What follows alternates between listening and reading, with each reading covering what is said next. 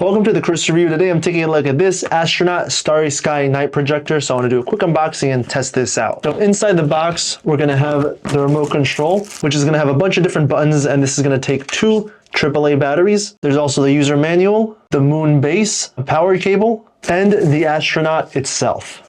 So this is a pretty cool looking astronaut, and since the majority of the stuff, electronics, is going to be on the top side, this is going to be top heavy, which is why it's good that it does come with the base. So the feet just attach to the bottom, just like so, and it's held by friction. And if we want, we can reverse it to the other side, just like that.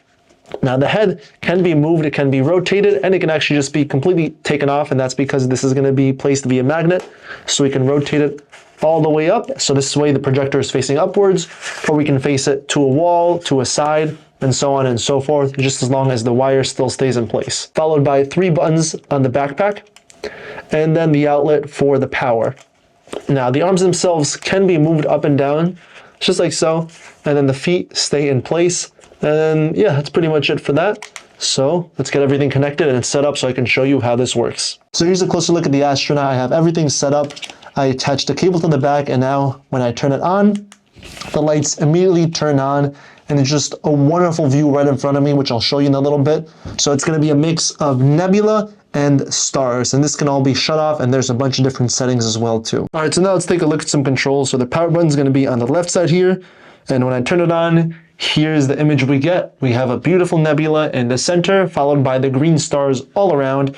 And if you're noticing right now, the nebula is currently rotating, moving, and then just changing colors, but we can change all that with these top settings here. So just clicking this here, change the settings. So right now, it's going to be a mixture of 3 colors, and then this is just solid red, solid green, solid blue, red and green, my favorite one, red and blue, and then blue and green.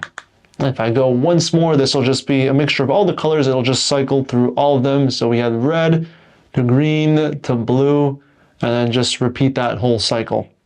Now it's currently rotating, but we can change the speed of the rotation with S here. So right now, this is the fastest setting. And if I want to slow it down, I can just press the minus, and now it's currently fully stopped. And the brightness can also be changed here. So this is going to be the brightest it is. And let me actually change the setting to a solid color. So let's go for green. So this is the brightest the green it can get. And then this is the dimmest it can get. Now moving on to the stars, and that's going to be the green around them. So these stars can be turned off simply by holding this button. And then the stars completely turn off, but let me turn them back on. And there. Now similarly, the speed of these stars can be changed, and this is going to be the breathing, which is going to be basically just dimming in and out. So right now it's dimming in pretty slowly, but if I want, I can increase the speed all the way up, and then this is going to be the fastest it'll go.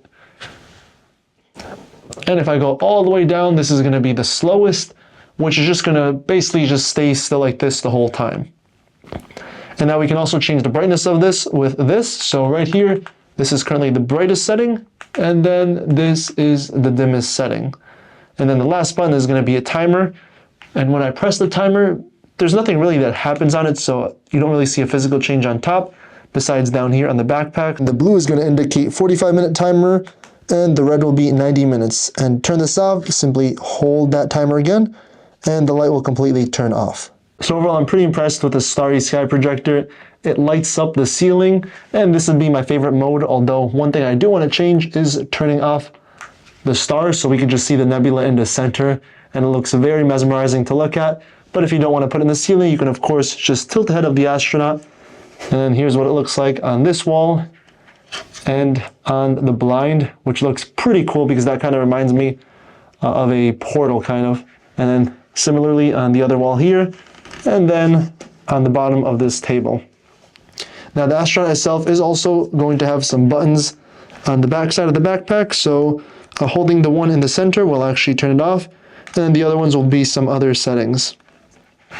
But yeah, that's a quick look at the Astronaut Starry Sky projector.